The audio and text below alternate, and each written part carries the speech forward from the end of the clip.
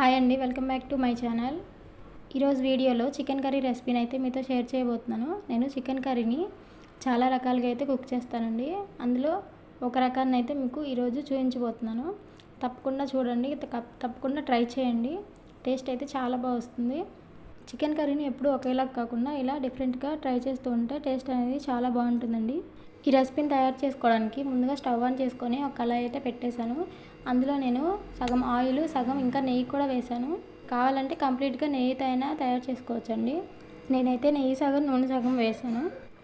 వేడైన తర్వాత ఉల్లిపాయ, పచ్చిమిర్చి ఇంకా టమాటా అయితే యాడ్ చేస్తున్నాను. వాటిని అయితే మూత పెట్టేసి 2 మినిట్స్ అయితే బాగా వేయించానండి. ఇవి టమాటాలు చాలా సాఫ్ట్గా అయిపోవాలి. వేగిన తర్వాత కొంచెం జీడిపప్పు అయితే యాడ్ చేశాను. ఇప్పుడు దీనిలోకి మనం మసాలాలను అయితే రెడీ చేసుకుందాం. ఒక మిక్సీ జార్ తీసుకొని దానిలో పచ్చి కొబ్బరి ముక్కలు, ఇంకా జీడిపప్పు ముక్కలు, చెక్క, లవంగాలు, యాలకులు అయితే తీసుకొని మిక్సీ జార్లో వేసేసి వాటితో పాటు గ్రైండ్ చేస్తున్నానండి. చాలా మెత్తని పేస్ట్గా అయితే గ్రైండ్ చేసుకోవాలి. అస్సలు పలుకులు లేకుండా చాలా మెత్తగా అయితే రెడీ చేసుకోండి పేస్ట్ని. ఇప్పుడు ఆ పేస్ట్ని ఒక పక్కకు పెట్టుకున్న తర్వాత ఇప్పుడు అదే మిక్సీ జార్ గిన్నెలో నేను అల్లం ముక్కలు, వెల్లుల్లి ముక్కలు అయితే యాడ్ చేసి మిక్సీ పట్టేశాను. నాన్ వెజ్ కర్రీస్కి ఎప్పుడైనా అల్లం వెల్లుల్లి పేస్ట్ ఫ్రెష్గా వేసుకుంటేనే టేస్ట్ అనేది బాగుంటుందండి. మీరు కూడా ట్రై చేయండి. ఇప్పుడు పచ్చిమిర్చి, టమాటా, ఉల్లిపాయ ఇంకా జీడిపప్పు కూడా బాగా వేగిపోయాయి కదా. ఇప్పుడు మనం రెడీ చేసుకున్న మసాలా పేస్ట్లన్నీ 1 బై 1 అయితే యాడ్ చేసుకుందాం. ముందుగా జీడిపప్పు పేస్ట్ అయితే యాడ్ చేశాను. అలాగే అల్లం వెల్లుల్లి పేస్ట్ కూడా యాడ్ చేసి బాగా కలుపుకుందామండి. ఆయిల్ సపరేట్ అయ్యేదాకా కలుపుకోండి. అప్పుడే టేస్ట్ అనేది చాలా బాగుంటుంది. చూడండి, ఇలా కుక్ చేసుకోవాలి. మసాలా అంతా బాగా వేగిపోవాలి. వేగిన తర్వాత చికెన్ అయితే యాడ్ చేసేస్తున్నాను. ఇలాగా మొత్తం చికెన్ అంతా వేసేసుకోవాలండి. మొత్తం చికెన్ అంతా వేసుకున్న తర్వాత దీనిలోకి కల్లుప్పు అయితే వేసాను. అలాగే కొంచెం పసుపు కూడా వేసి బాగా కలిపేస్తున్నాను. మసాలా పేస్ట్లో ఈ చికెన్ అంతా బాగా కలిసిపోయేలాగా ఈవెన్గా అయితే కలిపేస్తున్నాను. చూడండి, ఇలా కలుపుకున్న తర్వాత మనము మూత అయితే పెట్టేసుకొని ఒక 2 మినిట్స్ ఉడికించుకుందాం. చూసారా, వాటర్ అయితే బయటకు వస్తుంది కదా చికెన్లో నుంచి, కనిపిస్తుందా మీకు? ఇప్పుడు ఇంకో 10 మినిట్స్ అయితే మూత అయితే అలాగే ఉంచేసి బాగా ఉడికించుకుందామండి. వాటర్ అంతా బయటకు వచ్చేస్తాయి. ఇప్పుడు చికెన్ అనేది త్వరగా కుక్ అయిపోతుంది. చూసారా, చికెన్లో నుంచి ఎంత వాటర్ అయితే వచ్చాయో. చికెన్ ఇలా చేస్తే బాగా కుక్ అయిపోతుందండి. ఇప్పుడు కుక్ అయిన తర్వాత మనం కారం అయితే యాడ్ చేస్తున్నాను. నేను దీనిలోకి 2 స్పూన్స్ అయితే వేసాను కారం మీ ఇష్టానికి తగినట్టుగా వేసుకోండి. నాన్ వెజ్ కర్రీస్ ఎప్పుడైనా స్పైసీగా ఉంటేనే బాగుంటాయి కదా. నేను మామూలుగా అయితే వేసాను.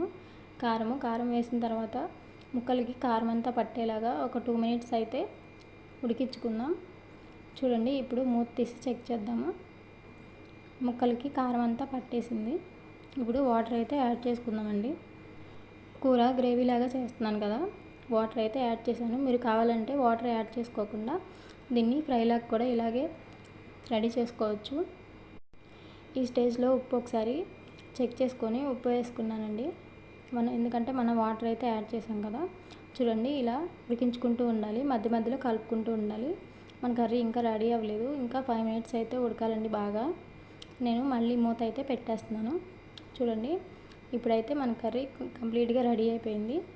మనం వేసిన ఆయిల్ ఇంకా గీ కూడా బయటికి వచ్చేసింది కదా. చూడండి, మీకు ముక్క కూడా ఉడికిందో లేదో మీకు చూపిస్తాను. చూడండి, ఎంత సాఫ్ట్గా అయితే ఉడికిపోయిందో ముక్క అనేది. ఇప్పుడు దీనిలోకి మసాలాలు అయితే యాడ్ చేసుకుందాం. నేను గరం మసాలా ఇంకా ధనియాల పొడి ఈ రెండే వేస్తున్నాను. మీ దగ్గర చికెన్ మసాలా ఉంటే వేసుకోండి, అది కూడా బాగుంటుంది. ఇలా మసాలాలన్నీ వేసుకొని బాగా కలిపేద్దాం. చికెన్ కర్రీని ఈ స్టైల్లో మీరు చేయకపోతే తప్పకుండా ట్రై చేయండి. టేస్ట్ అనేది చాలా బాగా వచ్చిందండి. మనం నెయ్యి వేసాం కదా, నెయ్యి వల్ల చికెన్కి కమ్మదనం అనేది వచ్చింది. గ్రేవీ కర్రీస్కి ఇలా నెయ్యి వేసుకొని చేసుకుంటే టేస్ట్ అనేది చాలా బాగుంటుంది. మసాలాలు వేసుకొని కలిపేసుకున్న తర్వాత ఇప్పుడు దీనిలోకి కొత్తిమీర అయితే యాడ్ చేసుకుందాం. చూడండి, మన కర్రీ అనేది కంప్లీట్గా రెడీ అయిపోయింది. నేను సర్వింగ్ బౌల్లో అయితే వేసేసాను. చూడండి, ఆ కలర్, టెక్స్చర్ అనేది ఎంత బాగా కనిపిస్తుందో. మన ఛానల్ని ఎవరైనా కొత్తగా చూస్తున్నట్టయితే సబ్స్క్రైబ్ చేసుకోండి. అలాగే లైక్ చేయండి, షేర్ చేయండి.